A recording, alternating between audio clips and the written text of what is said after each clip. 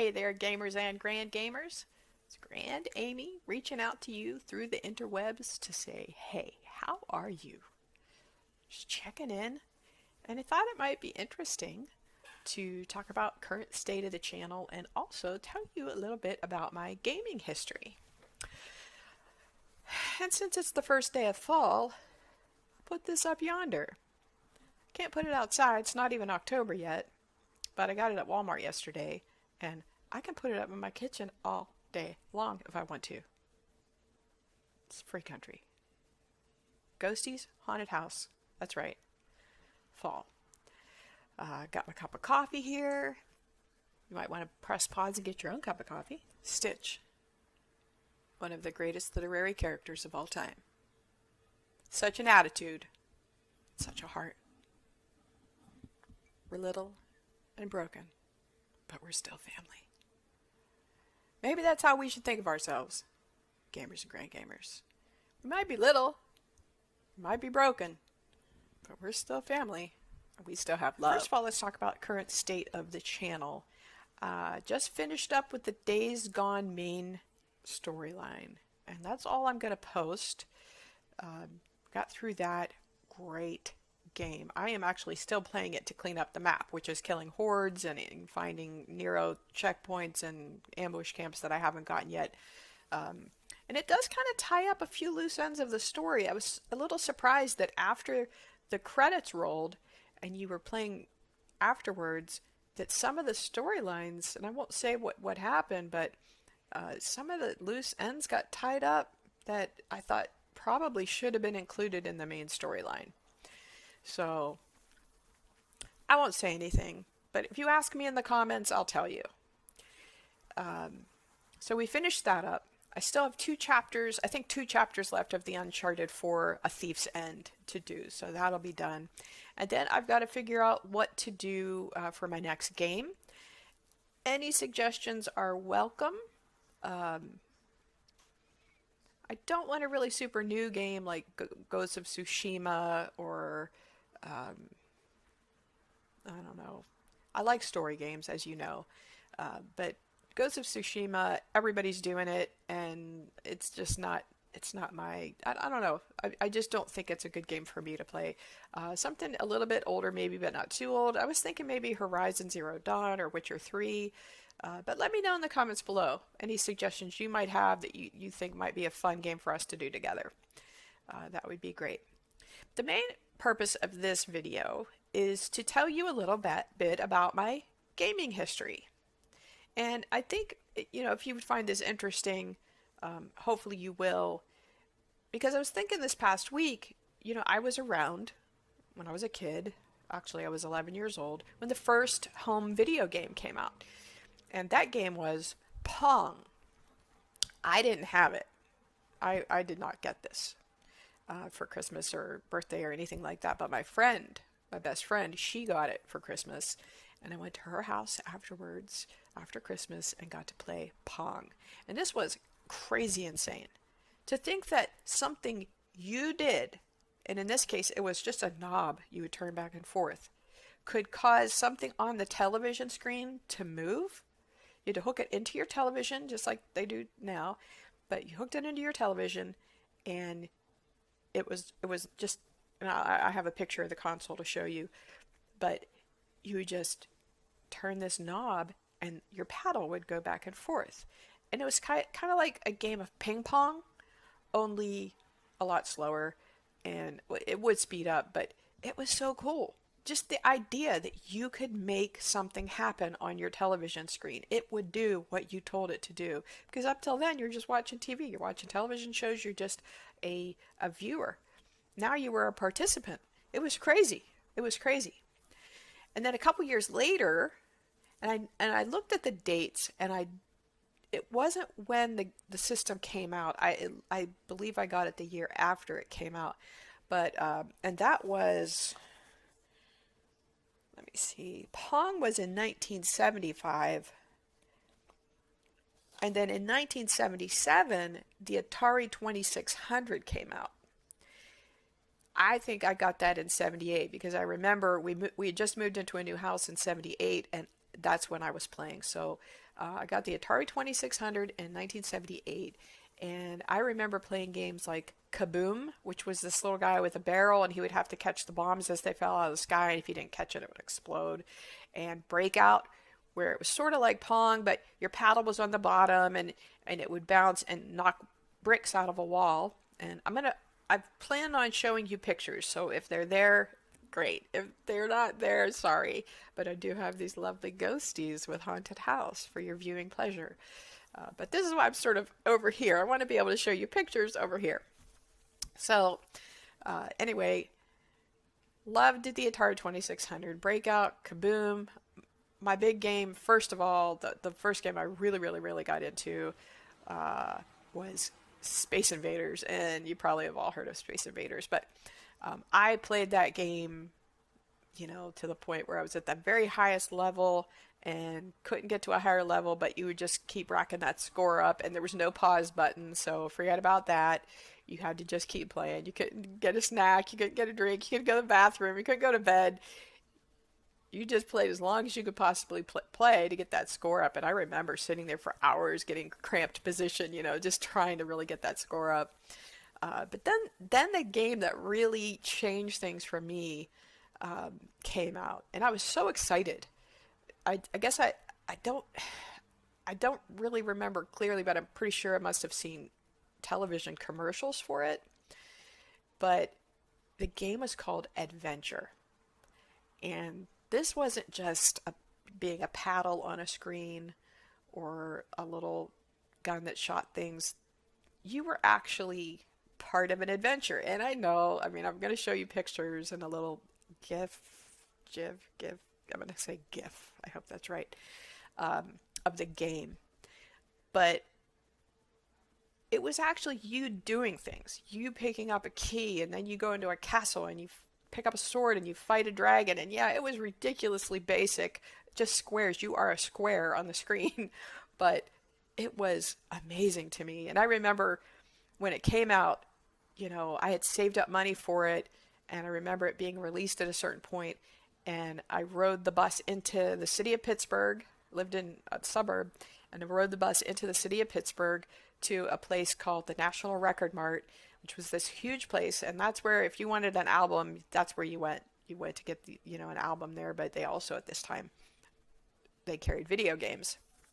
And I went in and I got the game Adventure, and I brought it home, and I just played the heck out of it. I played it for weeks, and I was, all three levels, and then, just mastering the speed, how fast you could get through the third level. And then I actually found the Easter egg, which was this little spot you got into that took you into a room that showed you the names of I believe it was the names of the developers of the game. I can't recall exactly what it was, but it showed you these names, and I assumed they were the developers of the game.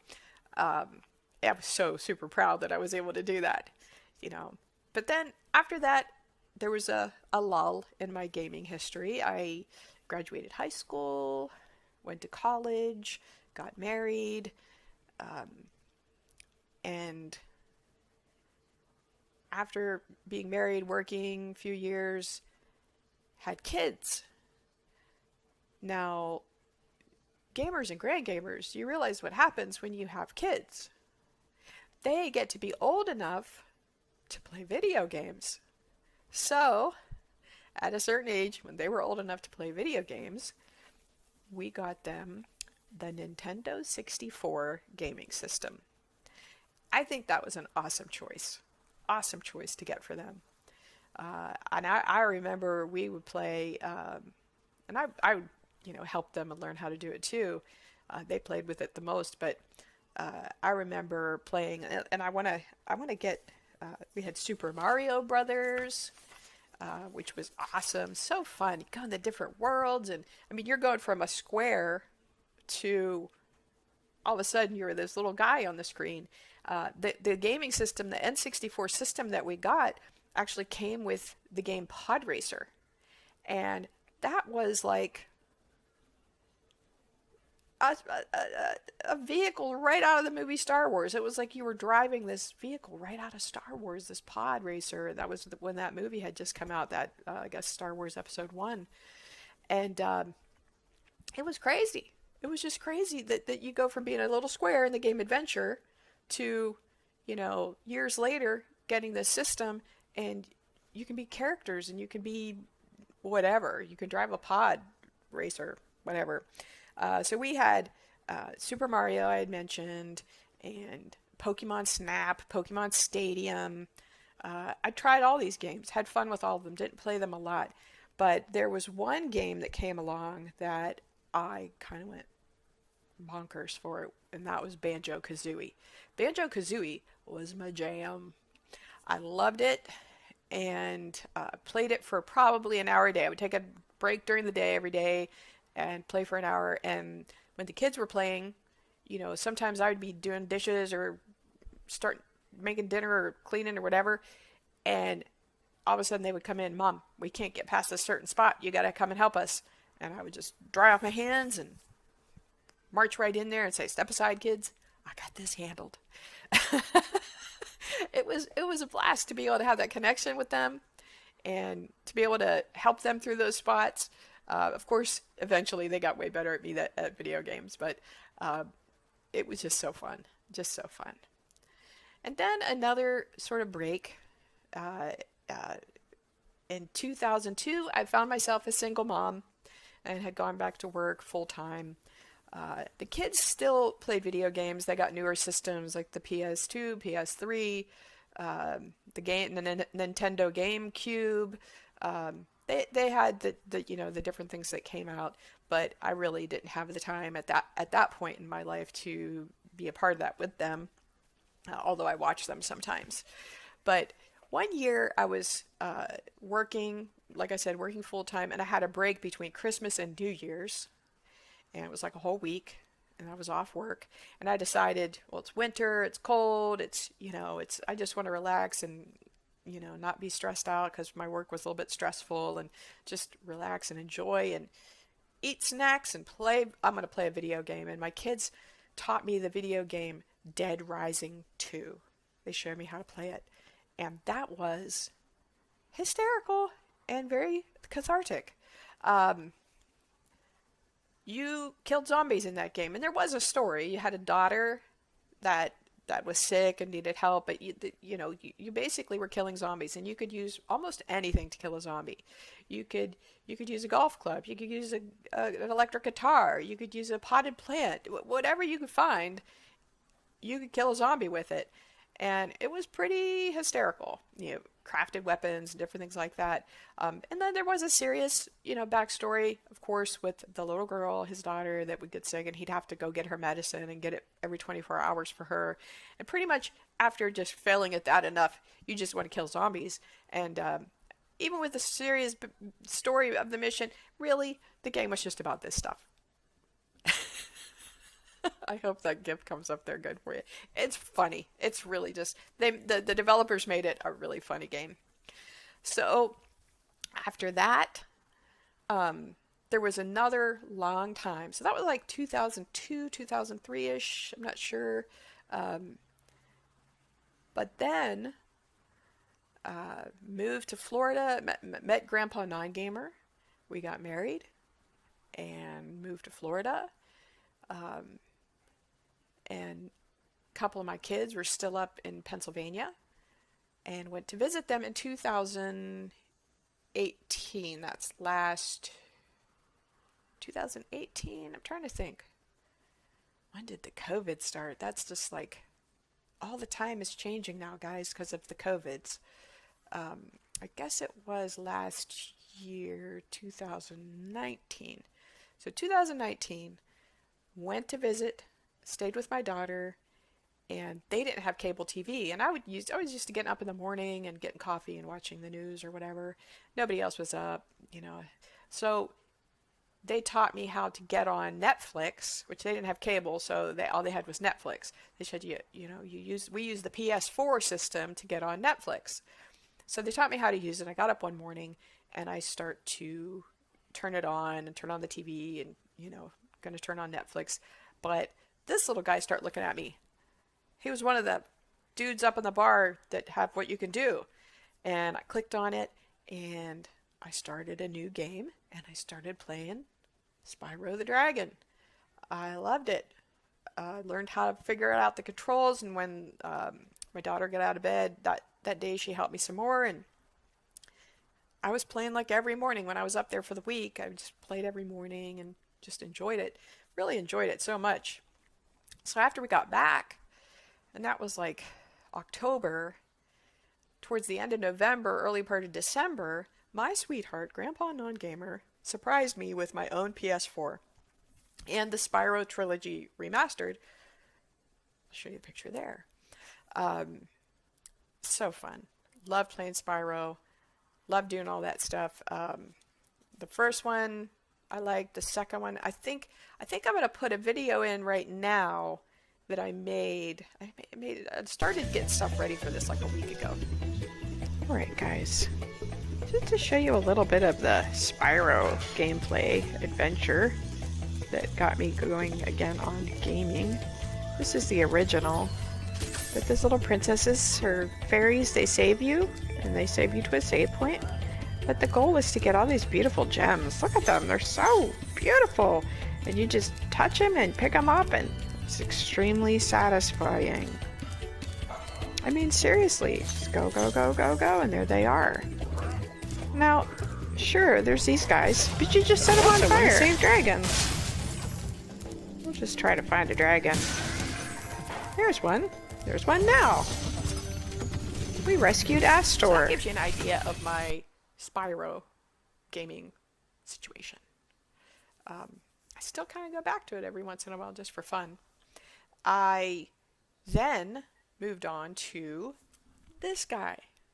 I played Uncharted 1, 2, and 3. Just bam, bam, bam. Loved it. And then I met her. Tomb Raider. Yeah. So exciting. Similar, but not the same. Very exciting. And you know, when she dies and gets that thing up, it's like over and over. I mean, that's rough, but it's a great game. Great game. And then I met these two. What? Life changer. Joel and Ellie. Everybody knows that. Great game, The Last of Us. Played that. Loved it. And then I met these ones. Chloe and Nadine. Lost Legacy. Did that on my YouTube channel, which you can check out. I think I'm getting these out of order, but because I did Last of Us 2 before I did Lost Legacy. And that's really how I got started with the YouTube channel. I was getting ready. I was in Lost of Us 2, The Last of Us 2, and it was the part of the game where Abby is going into the lower levels of the hospital, where all the infected people have been all trapped in there and gross. And she's got to get this, I forget, something, medication, I don't know, antibiotics. I think it's antibiotics to help this one girl. Like, that's the only place in the entire game that has antibiotics. That's it. So if you want them, that's where they are. And so that's where they were. Anyway, I was scared to death to go down there. I did not want to go down there. I had been watching Rad Brad here and there to get help, but I thought, well, I'll watch the Rad Brad video of this section of The Last of Us 2, and that'll at least let me know what to expect. Well, he hadn't recorded that one yet, or at least he hadn't posted that one yet. So I was up crap creek. So I thought, how am I going to go in here? Mentally, you know? I mean, I'm sitting in my living room, safe as a bug in a rug or whatever. But mentally, I was just too nervous to go in there. So I thought, if I video this, and I know that even if they're not with me right now, they'll be watching, and I can talk through this game with people that are viewing it as I'm playing it, it'll be easier. And it was. I got the headset, and I started to talk it through and record it, and it really made such a difference. I was able to bring some comedy into it, and, you know, really just, it was just so much better. So I decided after that that I would start doing a YouTube channel, and that's how I got started. But as you know, got to be totally crazy about this guy recently, and still showing some respect to this guy. So I'm almost finished with that one, Uncharted 4. But Days Gone, man, so good, so good. So now I got to pick a new game to play. And as I said, if you want to help me out and just a couple of suggestions, or like I said, I'm thinking about either Witcher 3, Horizon Zero Dawn, maybe something like Resident Evil, one of the Resident Evils, or Until Dawn, or something scary like that. I've got a lot of I have PS Now, so I have those, but I don't know that I can record PS Now unless I download the game. If they're downloadable, I think I can do it. Um, and of course, I have PS Plus and that sort of thing. So any suggestions would be helpful. And I just want to tell you guys, it's really meant a lot to me that you've been watching these videos, and that you've subscribed to the channel, and that you even care to watch them. It's just been awesome. It's been wonderful. And I love you guys. And I know that things are kind of crazy in the world right now. And it seems like there's a storm on every front. There's just different crazy things going on. But just try to remember that the sun rises even brighter after a storm. And the sun is going to rise again. I promise. It's going to rise again. And just know that you're not out there by yourself, that we're all in it together. Each and every one of us. We're all in it together. We're all part of the same big family. Love you guys, and I hope you take care.